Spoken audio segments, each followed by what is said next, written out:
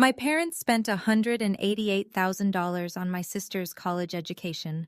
They told me I wasn't worth the investment. 4 years ago, my dad sat me down at the kitchen table with a spreadsheet, an actual spreadsheet, columns color-coded, projections charted out to year 10, and explained why funding my education didn't make financial sense. My sister Lauren got the full ride from the bank of mom and dad: tuition, housing, meal plan, a new car sophomore year. I got a firm handshake and 5 words: "You're resourceful, you'll figure it out." I did figure it out. 3 jobs, 4 hours of sleep, and more ramen than any human should consume in a lifetime.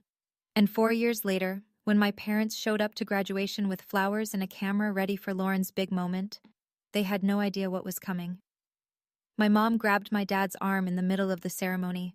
I saw her lips move. Even from the stage, I knew exactly what she whispered.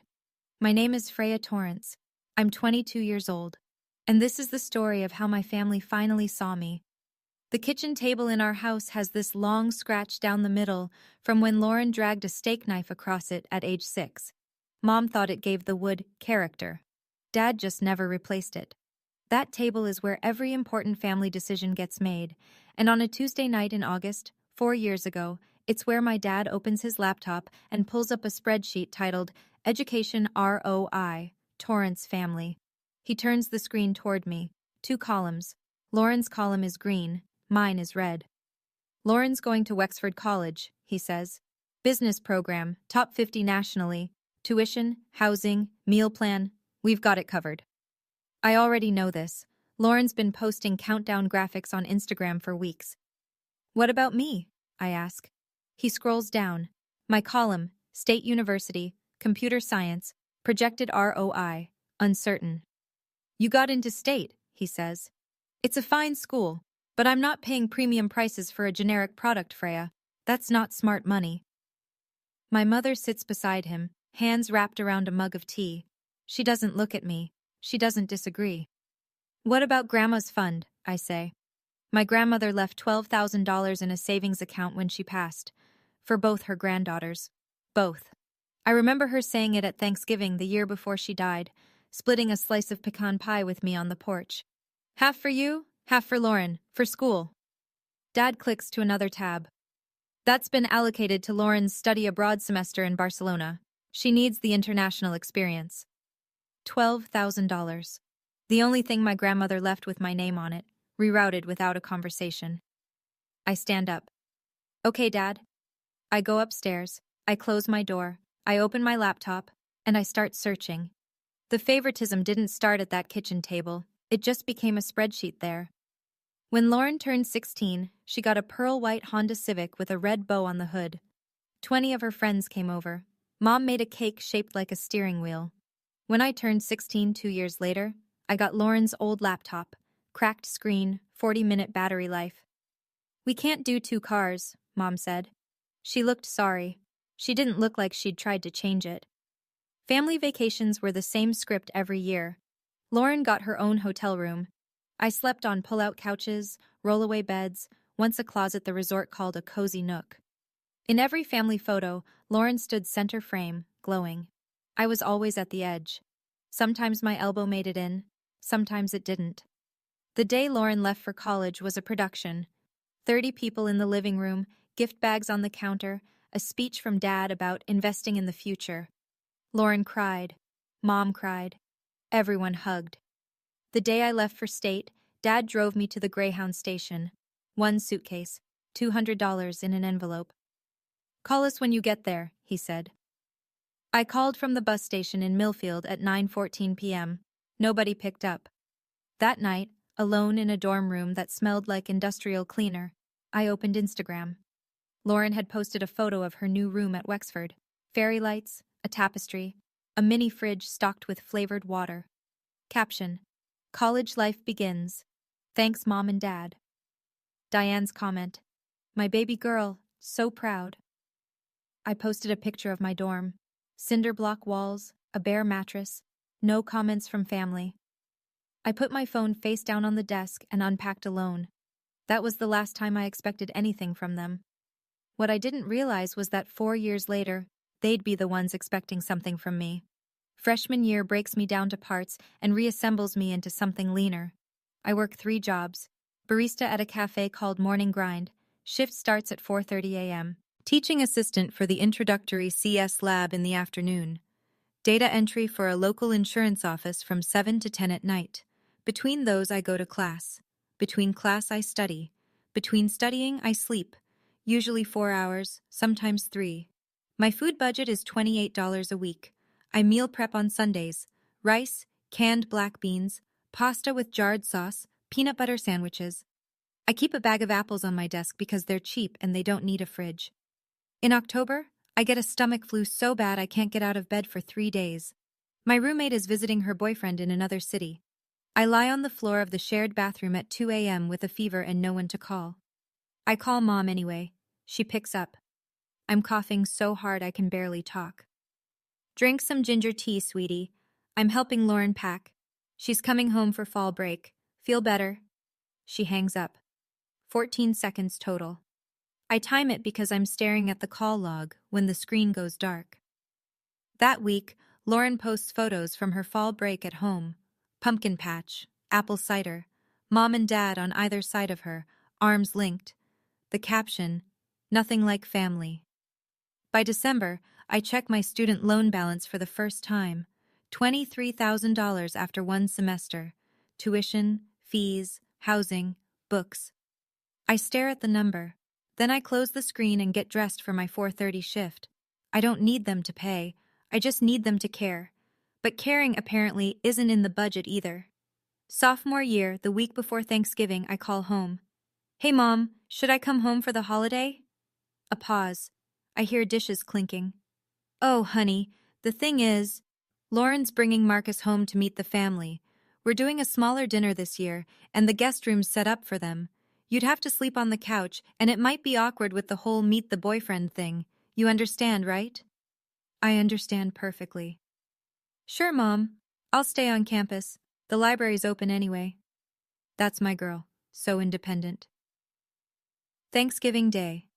I walk to the deli 3 blocks from campus, one of 4 places still open. Turkey sandwich on wheat, $6.50. I eat it at my desk while rereading lecture notes on data structures. That evening, a notification lights up my phone. Facebook. Diane Torrance has posted new photos. I tap. A mahogany table set with the good china. Candles. A turkey the size of a small dog. Robert at the head. Diane beside him. Lauren and Marcus across the table holding hands. Grandpa Bill at the far end, looking slightly confused by the camera.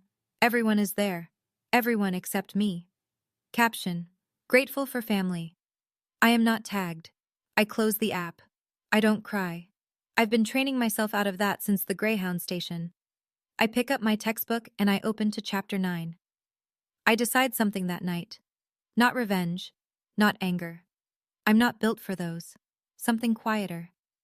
I decide that I will build a life where I never need to ask permission to belong, where I never again sit by a phone waiting for someone to remember I exist. 2 months later, an email lands in my inbox that changes the entire trajectory of my next 3 years. The spring semester bill arrives and I'm short. I do the math 3 times and the number doesn't move. Textbooks and lab fees alone are $2,000 I don't have. I call Dad. I keep my voice even. Dad, I need help with textbooks and lab fees this semester. How much? $2,000. That's a lot, Freya. Lauren's meal plan alone costs $3,000 a semester. Silence on the line, the kind he fills with calculations. Your sister's situation is different. How? She's at a competitive school. The exposure, the network. It's an investment that compounds. You're at state. I'm your daughter, Dad, not a line item. A long pause. I can hear him breathing. I'll talk to your mother. He never calls back. 2 weeks later, a text from Mom. Dad says he can't swing it right now. Lauren needs a new laptop for her summer internship. Hang in there, sweetie. I look up the laptop Lauren posts about the following week. MacBook Pro. $2,499. $500 more than what I asked for. I sell plasma twice that month. I buy used textbooks from a senior who's graduating. I borrow a lab manual from the library reserve desk, 2 hours at a time, and photograph every page with my phone. I make it work. I always make it work. That's the trap. When you're the kid who manages, they never feel the need to help. Your competence becomes their excuse. But the email from January is sitting in my inbox, read and reread a dozen times. A spring merit scholarship, $8,000 a year, and a professor's name I'll carry with me for the rest of my life. Dr. Elaine Marsh. Lauren calls me for the first time in 8 months. I pick up on the third ring, standing in the campus parking lot between my afternoon lab and my evening data entry shift. Freya, oh my God, I haven't talked to you in forever. Hey, Lauren. So listen, can you look at my resume? I need to update it for this internship. Dad's friend at Ridgemark Marketing has a spot opening and I want it to look polished. No, how are you? No, how's school? Straight to the favor. Sure, send it over. She sends it while we're still on the phone. I scan it. Light on substance, heavy on formatting, sorority philanthropy chair, a study abroad semester in Barcelona, a summer volunteering trip she did for 2 weeks. How's your GPA? I ask. She laughs. Like a 2.8? But honestly, it doesn't matter. Dad says connections matter way more than grades. I glance at my own GPA on the student portal, still open on my laptop, 3.94. Makes sense, I say. Oh, also, Mom and Dad are taking me to New York for my birthday next month. Broadway, some fancy dinner place Marcus found. You should come. She pauses. Oh, wait, you probably can't swing it, right? I'll send pictures. Thanks, Lauren. Good luck with the resume. You're the best, Freya. Love you. She hangs up. I stand in the parking lot for a full minute, phone in my hand, engine noises and wind around me. Then I open my email. There's a message I haven't read yet, sitting below Lauren's resume attachment. Subject line: Congratulations, Spring Merit Scholarship recipient. $8,000 a year, renewable for 2 years. I open it, and for the first time since the Greyhound station, I feel like someone is paying attention. Dr. Elaine Marsh's office is on the 3rd floor of the Whitman Engineering Building, a small room crammed with books, a dying fern, and a whiteboard covered in algorithm diagrams that haven't been erased in what looks like months. Sit down, Freya. She's 48, silver streaks in dark hair, reading glasses permanently perched on her forehead. She nominated me for the Merit Scholarship without telling me first. I only found out when the award email referenced her letter of recommendation. Your work in my algorithms class last fall was the strongest I've seen in 15 years, she says. Your capstone proposal on adaptive scheduling systems is already better than most graduate-level work I review. Thank you, Dr. Marsh. Tell me about your situation. Family support? I'm quiet for a moment. They invested in my sister. I'm self-funded. She doesn't flinch. No pity face. No head tilt. She just nods like I've confirmed something she already suspected. Then let's make sure the right people see what you can do. She pulls out a folder. Inside, an application for the summer internship program at Hale Technologies, a startup that's been doubling revenue every year. They take 6 interns nationally. 6. The CTO, Victoria Hale, personally selects each intern, Dr. Marsh says. She also attends every graduation ceremony when her interns walk. It's her thing. I take the folder. Then she mentions something else, almost offhand. By the way, Wexford's campus is under renovation. Their commencement has been merged with State's this year. Same stadium, same ceremony. I look up. Lauren goes to Wexford. So I've heard. Same stage, same day, same audience. I fill out the Hale application that night. Okay, I need to pause here for a second. My professor just told me the CTO of the company I'd be interning at would personally attend my graduation. And my sister's school just merged their ceremony with mine. Same stage, same day, same audience. If your parents ever told you that you weren't worth investing in, and you proved them wrong on your own terms, drop me a comment. I want to hear your story. And if you're still watching right now, you're about to find out what happened when all of this collided. Hale Technologies operates out of a converted warehouse in Portland with exposed brick, standing desks, and a coffee machine that costs more than my car. I show up on my first day with a second-hand blazer and a notebook full of questions. By the end of the first week, I've stopped asking and started building. The internship program is 12 weeks. I'm assigned to the back-end optimization team. My project: improve the load balancing algorithm for their client dashboard, a system that serves 40,000 users daily. By week 4, I've rewritten a core module. By week 8, it's in production. Victoria Hale notices. She's 38, sharp-jawed, direct in a way that some people find intimidating, and I find comforting. She doesn't do small talk. She does results. "Torrance," she says one afternoon, stopping by my desk. "That module you shipped cut page load time by 31%. My lead engineer has been trying to crack that for 6 months. I had fresh eyes, I say. You had talent. Don't deflect. On my last day, she calls me into her office. Leather chair, city view, a framed quote on the wall I can't read from across the desk. "We're extending a full-time offer. You start the Monday after graduation. Salary, equity package, signing bonus." She slides a paper across the desk. The salary is double the average for a fresh CS graduate. The signing bonus alone would cover more than my total student debt. "One more thing," she says. "I attend every graduation where one of my hires walks. When they call your name, I plan to be the first one standing." I drive back to campus that night with the offer letter in my bag and nobody to tell. Not because I'm hiding it, because nobody has asked. Christmas, senior year. I drive 6 hours to be home for the first time in 2 years. Grandpa Bill called and asked me to come. "Your grandmother would want us all together," he said. So I go. The house smells like pine and cinnamon. Lauren's already there, draped across the couch, scrolling her phone. Marcus is in the recliner watching football. Mom's in the kitchen, Dad's setting the table. Dinner is roast chicken, mashed potatoes, green beans from a can. The good plates are out, the ones with the gold rim. Dad carves the chicken and starts talking. "So, Lauren's got some exciting news. She's been accepted into a management trainee program at Ridgemark." Mom beams. "We're so proud." Lauren shrugs. "It's not official yet, but basically a lock." Grandpa Bill sets down his fork, looks at me. "And Freya? What's she been up to?" The table goes quiet. Not silent. Quiet. The kind where everyone is suddenly very interested in their green beans. Dad clears his throat. "Freya's doing fine. She's at state. Computer something." "Computer something," Grandpa Bill repeats. Flat. After dinner, I help Grandpa Bill carry dishes to the kitchen. He dries while I wash. Then he nods toward the back porch. We sit on the cold bench under a string of Christmas lights. I tell him everything.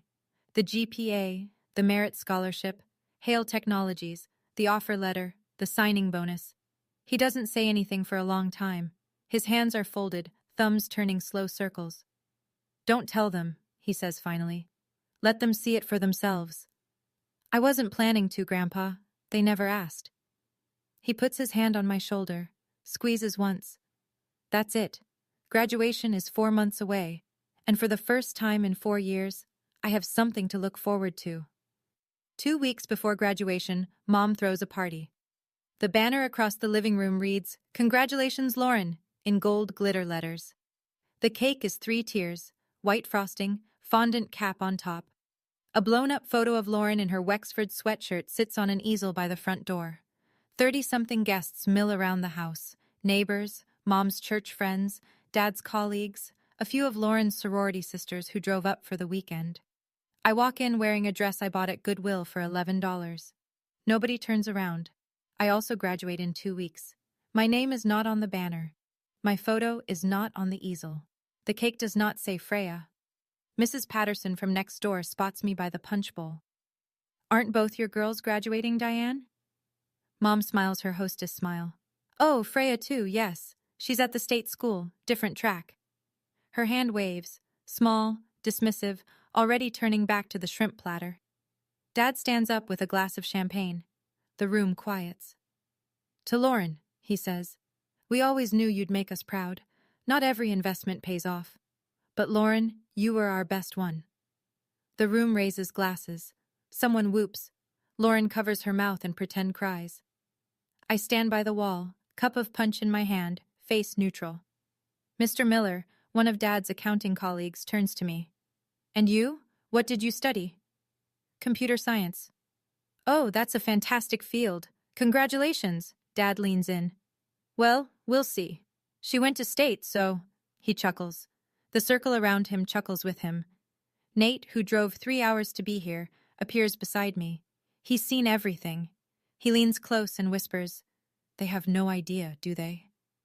No, and I'm done caring. The party winds down around 10. Guests leave in waves, hugs, car doors, headlights sweeping the lawn.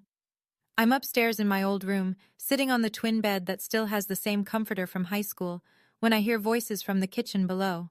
The door is open. They aren't whispering. Mom, should we do something for Freya's graduation? A card at least? Dad, what for? She went to a no-name school and picked a degree nobody in this family understands. If she wanted a celebration, she should have done something worth celebrating.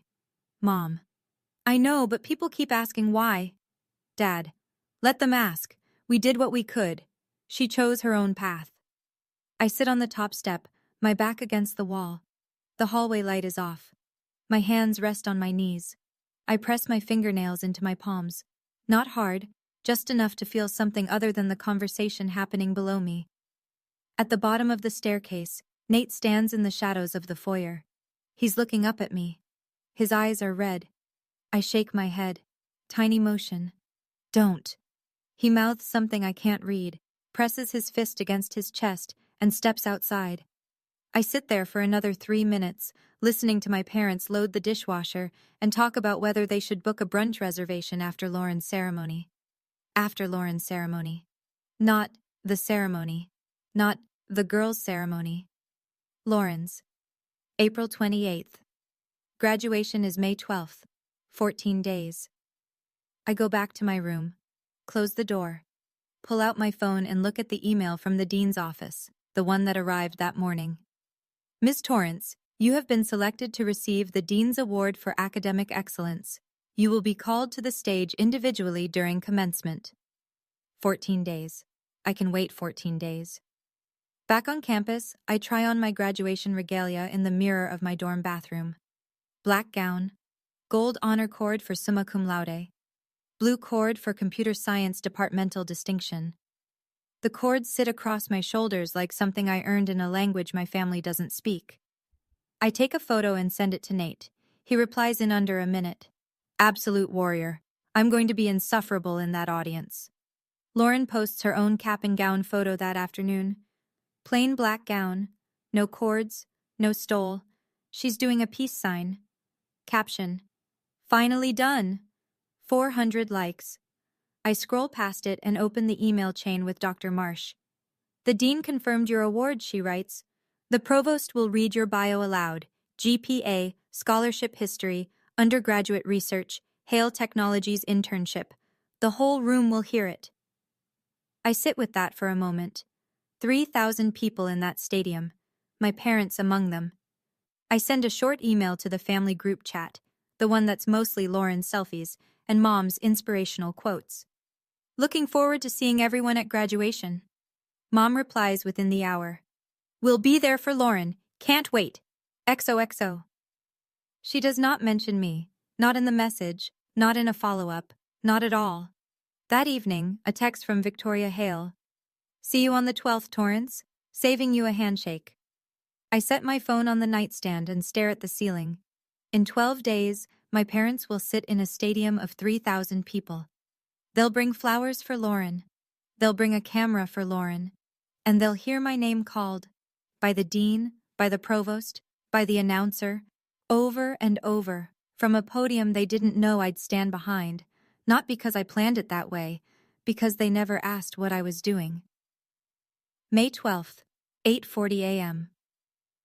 The stadium holds 3,000 seats, and the parking lot is already a mess of minivans and SUVs with congratulatory window paint. 2 schools, 1 stage, State and Wexford, merged for the year because of Wexford's campus renovations. The programs were printed in a combined booklet, 214 pages of names, bios, and department distinctions. I'm in the honor section, front row, stage left, gold and blue cords against black. The sun is already warm. Lauren is somewhere in the middle of the general seating block, row 40-something, alphabetical by last name within the business school. From where I sit, I can't see her. Row 12 of the audience. Dad, Mom, Marcus, Grandpa Bill. Dad is holding a bouquet of sunflowers, Lauren's favorite. Mom has her phone out, testing the camera angle. They're chatting with the couple next to them, explaining how their daughter is graduating from Wexford's business program. Proud smiles, practiced lines. They haven't looked toward the honor section once. 4 rows behind them, in the reserved block for sponsors and recruiters, Victoria Hale sits with her legs crossed and a Hale Technologies lanyard around her neck. She catches my eye across the crowd and gives a single nod. Dr. Marsh is backstage. I saw her earlier in the staging area. She squeezed my arm and said, "Enjoy every second of this." Nate is in the upper bleachers, Section C. He texts me, "Your parents just sat down. They have sunflowers. They don't see you up front. This is going to be something." Grandpa Bill is scanning the crowd. His eyes find the honor section. Find me. He doesn't wave. He just smiles, slow, certain, and settles back into his seat. The provost steps to the microphone. "Good morning and welcome." It begins. Welcome address, acknowledgments, honorary degree for a retired state senator. The usual ceremony rhythm. Applause, pause, applause. I sit with my hands folded, feeling my heartbeat in my wrists. 20 minutes in, the Dean of Engineering steps to the podium. Each year, the College of Engineering and Computer Science presents the Dean's Award for Academic Excellence to one graduating senior whose record exemplifies the highest standards of scholarship and perseverance. Pause. Paper shuffle. This year's recipient maintained a 3.97 GPA while working 3 concurrent jobs throughout her entire undergraduate career. She contributed to 2 published research papers, earned the Spring Merit Scholarship, and completed a competitive internship at one of the Pacific Northwest's fastest-growing technology firms. In row 12, Mom lowers her phone. Her head tilts. The Dean's Award for Academic Excellence in Computer Science goes to Freya Torrance. I stand, front row, gold cords catching the light. I walk to the podium and the Dean shakes my hand with both of his. Applause fills the stadium. Warm, genuine, the kind that builds. In row 12, Mom's camera is at her side. She's not filming. She's staring. Dad's sunflowers are resting on his lap. His mouth is open slightly, the way it gets when he's doing math and the numbers aren't adding up. Mom starts. "That's Freya," Dad says. The couple beside them turns. "Wait, that's your daughter? Computer science? How wonderful!" Dad nods, tries to smile. It doesn't land. 3 rows ahead of them, a woman I don't know turns around and says, "3 jobs and a 397? You must be incredibly proud." Mom opens her mouth. Nothing comes out. In the upper bleachers, I can hear Nate. He's clapping like he's trying to break his own hands. Grandpa Bill wipes his eyes with the back of his wrist and claps steady as a metronome. The ceremony continues. Names roll through the speakers in alphabetical waves. College of Arts and Sciences, School of Business, College of Engineering. Each graduate walks, shakes, exits. The rhythm is hypnotic. Lauren Torrance, Bachelor of Business Administration, Wexford College. Lauren walks across the stage in her plain black gown. Confident stride, big smile. Mom stands, snaps photos, tosses the sunflowers up at the stage edge. Lauren catches them, waves. The crowd gives polite applause. It's a nice moment, exactly what they prepared for. Then the engineering names resume. Freya Torrance, Bachelor of Science, Computer Science, Summa Cum Laude, Departmental Distinction. 2 titles after my name. The announcer pauses between each one, letting them land. The applause is louder this time, noticeably.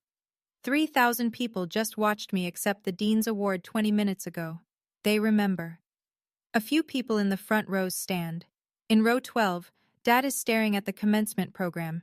He's reading it for the first time, flipping to the bio section. His finger stops on my entry.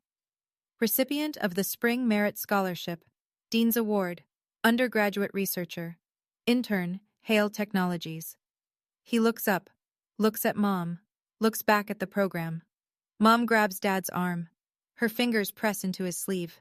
She leans in and whispers, And I know, even from the stage, exactly what she says because I've imagined this moment in 100 different versions for 4 years, and every single one ends with the same 5 words.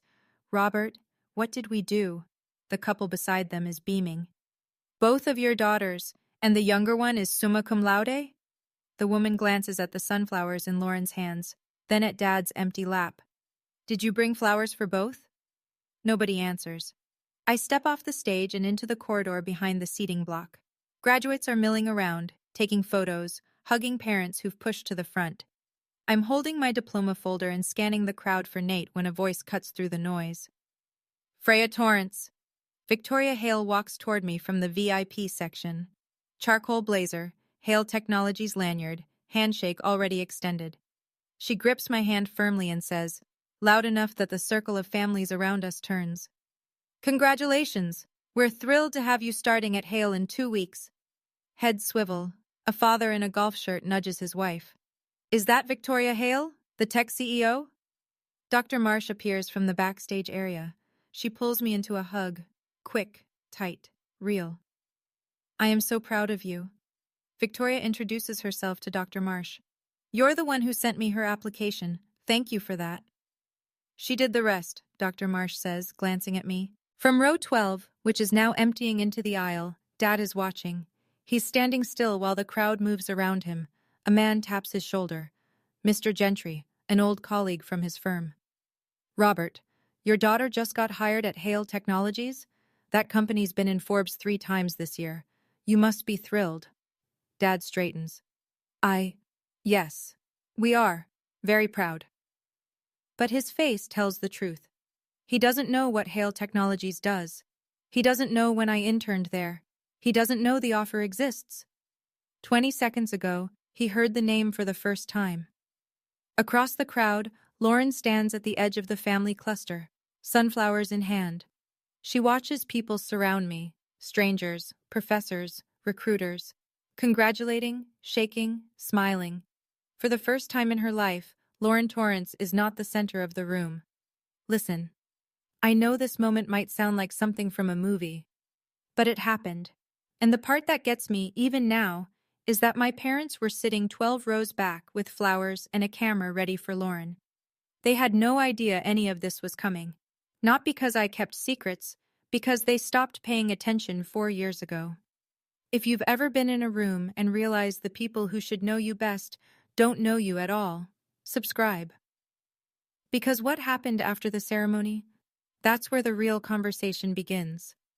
The parking lot behind the stadium is chaos, families spilling between cars, graduates pulling gowns over their heads, someone's little brother blowing an air horn.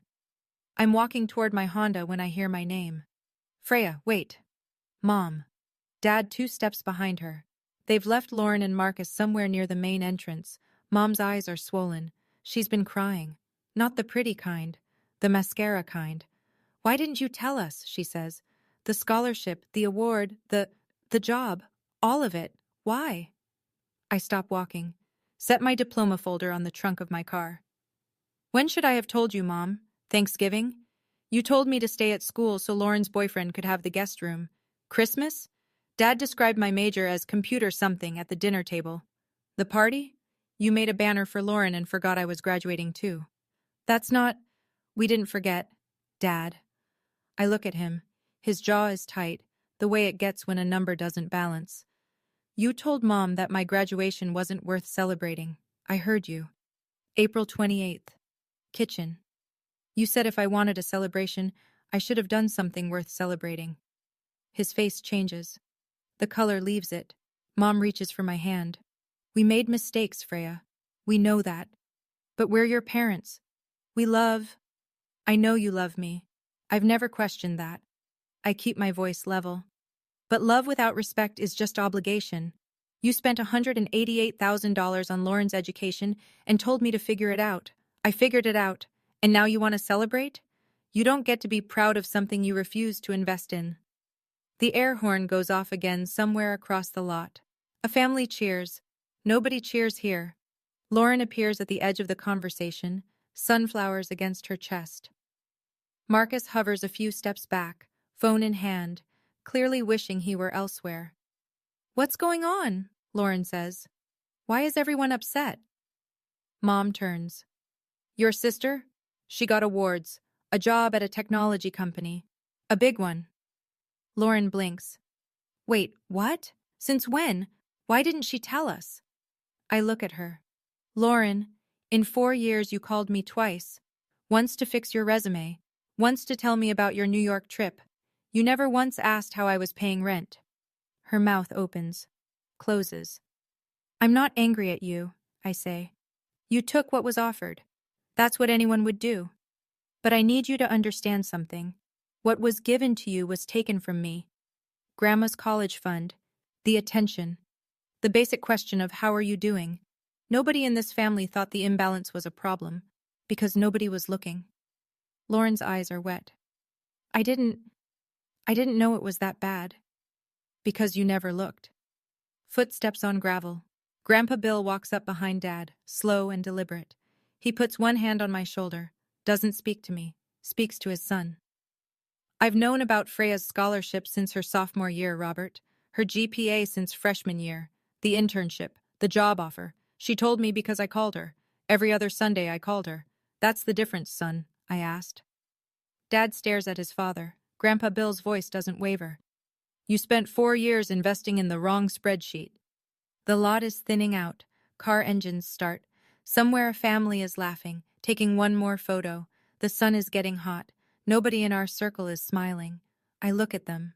Dad, Mom, Lauren. Grandpa Bill standing behind me with his hand still on my shoulder. I'm not cutting you off, I say. I'm not punishing anyone, but I'm moving to Seattle in 2 weeks to start a career that I built with my own hands, my own money, and my own time. If you want to be part of my life going forward, you can be, but not the way it's been. What does that mean? Dad asks. His voice is rough. It means no more spreadsheets, no more comparing returns, no more assuming I'm fine because I'm quiet. If you call me, ask how I'm doing, not to measure me against Lauren. If you come visit, bring flowers for both your daughters, or don't bring any at all. Mom is crying openly now. She nods, small, fast, like she's afraid the offer will expire. Dad looks at the ground. His hands hang at his sides. The man who built his career on projections and probability can't find a number that makes this add up. I love you, I say. All of you. But I love myself enough now to stop waiting for you to see me. Other people already do. A professor who pushed me toward a scholarship. A CTO who stood up in a crowd to shake my hand. A friend who drove 3 hours to stand in a parking lot because he knew no one else would. I hug Grandpa Bill. He holds on an extra second. Proud of you, kid, he says into my hair. I nod at Nate, who's been leaning against his car 20 feet away, watching everything. Then I get in my Honda, the one I bought with tip money and plasma donations, and I pull out of the lot. I don't look in the rearview mirror, not out of anger, out of respect for the person I've become. Seattle is gray and green and smells like coffee and rain. My studio apartment is 400 square feet on the 3rd floor of a building that was probably a warehouse in another life. I furnish it over 2 weekends, bed frame from a yard sale, desk from a thrift store, a lamp Nate ships me as a housewarming gift with a note that says, for the future, CTO, don't forget us little people. Monday morning, Hale Technologies headquarters, glass and steel and people walking fast. Victoria meets me in the lobby, badge in hand. Freya Torrance, Software Engineer 1. My name, my title, printed on plastic and clipped to a lanyard. She walks me through the office, introducing me to the team. This is Freya. She's the intern who cut our load time by 31%. We hired her before she finished her last final. People nod, shake my hand. One woman from the QA team says, "Oh, you're the one Victoria keeps talking about." I sit down at my desk. Dual monitors, a mechanical keyboard, a window that looks out over Puget Sound on clear days. Today is not clear. It's overcast and soft, but I can see the outline of the water. For the first time in my life, I'm in a room where people know my name because of something I built, not because of whose daughter I am, not because of who I'm standing next to. That night, Grandpa Bill calls. How was day 1? I tell him everything. The badge, the desk, the view. Your grandmother would be over the moon, he says. So am I. After we hang up, I open my student loan portal. $67,400. I set up an automatic payment plan. At this salary, I'll be debt-free before I turn 24. I earned this, every cent of it. The weeks after graduation are quiet in my apartment and loud back home. Dad goes to work on Monday. 2 colleagues stop by his office before lunch. Robert, your daughter's at Hale Technologies? I saw the Forbes feature on them last month. Incredible hire. Dad Googles Hale Technologies for the first time that afternoon. He reads the company profile, the valuation, the founder's bio. He closes the browser and stares at his desk for a long time. At church on Sunday, Mom's friend Patty corners her after the service. Diane, I looked up Freya's award online. The Dean's Award? They listed her bio. 3 jobs the entire time? I had no idea she was doing all that. How come she wasn't at the graduation party? Mom manages a smile. We weren't as close as we should have been these last few years. Patty tilts her head, says nothing, says everything. Back home, Lauren's situation is unfolding on a different timeline. The management trainee program at Ridgemark, the one Dad's friend promised, the one she'd called, basically a lock, at Christmas, falls through. Budget cuts. Position eliminated. She's back in her childhood bedroom with a 2.8 GPA and a resume that lists a sorority philanthropy chair and a 2-week volunteer trip. She applies to 14 jobs in June, gets 2 callbacks, no offers. One night, Dad sits at the kitchen table. He opens his laptop, scrolls to the old file. Education ROI, Torrance family. 2 columns. Lauren, green, Freya, red. He stares at the red column. Uncertain, it said. Uncertain. He closes the laptop and doesn't open that file again. Late that night, Mom texts me. Can we come visit you in Seattle sometime? I reply. Give me a month to get settled, then yes. A boundary, but not a closed door. Lauren calls at the end of June. It's a Tuesday evening and I'm eating leftover pad thai on my couch with my laptop balanced on a pillow. Hey, she says. No preamble. No favor. Hey. I've been thinking about what you said. In the parking lot. About me never looking. She pauses. You were right. I set my fork down. Wait. I got everything handed to me and I just assumed I deserved it. Like it was normal. Like that's how it worked for everyone. Her voice is thin, careful. And now I'm sitting in my old room with no job and a degree that hasn't opened a single door. And you're in Seattle building something real, and I keep thinking, how did I miss it? How did I not see what was happening to you? Because the system was built for you, Lauren. It's hard to notice unfairness when you're the one benefiting. That doesn't make it okay. No, it doesn't. Silence, not hostile, just 2 sisters sitting with something new between them. Not forgiveness yet, not resolution, just honesty. I don't want you to feel guilty, I say. Guilt doesn't fix anything. I want you to see me as your sister. Not the one who got less. Not the quiet one. Just me. She's crying. Quiet, real crying. Not the kind from the graduation party with the 3-tier cake. I'm sorry, Freya. I should have asked. I should have called. You're calling now. That counts for something. A beat. She sniffles. Then, I've been thinking about maybe learning to code. Is that stupid? It's not stupid. Would you send me some stuff to look at? Like where to start? I'll send you some resources tonight. Not saving her, not fixing it for her. Just leaving the door open. That's all I've ever wanted anyone to do for me. October. 6 months since graduation. The leaves in Seattle turn amber and gold and fall on the sidewalk outside my building like little pieces of surrender. I've paid off $22,000 of student debt. My title at Hale has changed. Junior engineer, promoted after my Q3 performance review. Victoria sent a 1-line email. Told you we hired well. Mom and Dad come to visit on a Saturday. First time seeing my apartment. First time stepping into my life since the parking lot. Mom stands in the doorway and looks around. Small, clean. A plant on the windowsill that's actually alive. Bookshelves I assembled myself. A framed photo of me, Nate, and Grandpa Bill on the kitchen counter. Taken last Christmas. The one where nobody asked about my GPA. It's nice, she says softly. Dad walks to the window. Puget Sound is visible today. Gray-blue, streaked with fairy lines. He stands there for a long time with his hands in his pockets. Freya. Yeah, Dad. I'm sorry. I was wrong. 5 words, no spreadsheet, no projection, no justification. Thank you, Dad. He nods, doesn't turn from the window. I think he might be crying, but I don't check. Some things are allowed to stay private. I cook dinner, pasta with garlic bread. Nothing fancy. My table seats 4 if you push the chairs close. We sit knee to knee in my tiny kitchen and eat. Mom looks at the food, the apartment, the woman I've become. This is nice, she says again. This time, it doesn't mean the apartment. It is, I say. We don't resolve everything over one plate of pasta. Families don't work that way. But for the first time in 5 years, my parents are sitting at my table.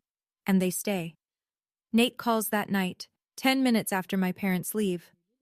So, how was dinner with the Torrance delegation? It was good, quiet. Dad apologized. Wait, Robert Torrance? The spreadsheet king? He actually said the words? 5 of them. I need a minute. I hear him exhale. Okay, I'm back. That's growth. For him, that's basically a TED Talk. I laugh. Actually laugh. The kind where my shoulders move and my eyes close and I forget, for a second, about the 4 years of silence that brought me here. You know, Nate says, I've been thinking about that graduation party, when your dad made that toast about Lauren being his best investment and the whole room raised their glasses. I was standing by the wall next to you, and I wanted to stand on a chair and tell every single person in that room the truth. Why didn't you? Because you didn't need me to. You just stood there, cup of punch in hand, and you took it. And then 2 weeks later, you walked across that stage and outshone every person in that stadium without raising your voice. I didn't outshine anyone, Nate. I just showed up as myself. Yeah, that was always enough. Your family just couldn't see it. A pause. Then his voice shifts, lighter, almost giddy. So, funny story. I got a job in Seattle. You're kidding. Marketing coordinator at a firm downtown. Start date's November 1st. Looks like you're stuck with me, Torrance. I can live with that. We stay on the phone for another 40 minutes, talking about nothing important. Apartment hunting, coffee shops, whether Seattle really rains as much as people say. Just 2 friends on a Tuesday night, building a life in a new city. The kind of easy that used to feel impossible. November, a Wednesday evening. I'm sitting on my balcony with a mug of tea, laptop open. The city hums below. Buses, crosswalk signals, someone's dog barking 3 floors down. An email from Mom. Lauren just got an interview at a marketing firm in Boston. Can you help her prep? She's nervous. XO Mom. I type back. Tell Lauren to call me directly.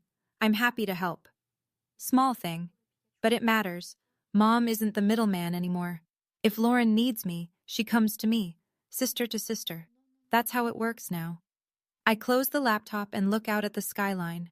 Cranes on the horizon, building something new. The water is dark. A ferry blinks its way across the sound. My parents spent $188,000 on my sister's college education and 0 on mine. Dad put it in a spreadsheet and called it smart investing. Mom put it in a text message and called it being independent. Lauren put it in a phone call and didn't think about it at all. I called it a wake-up call.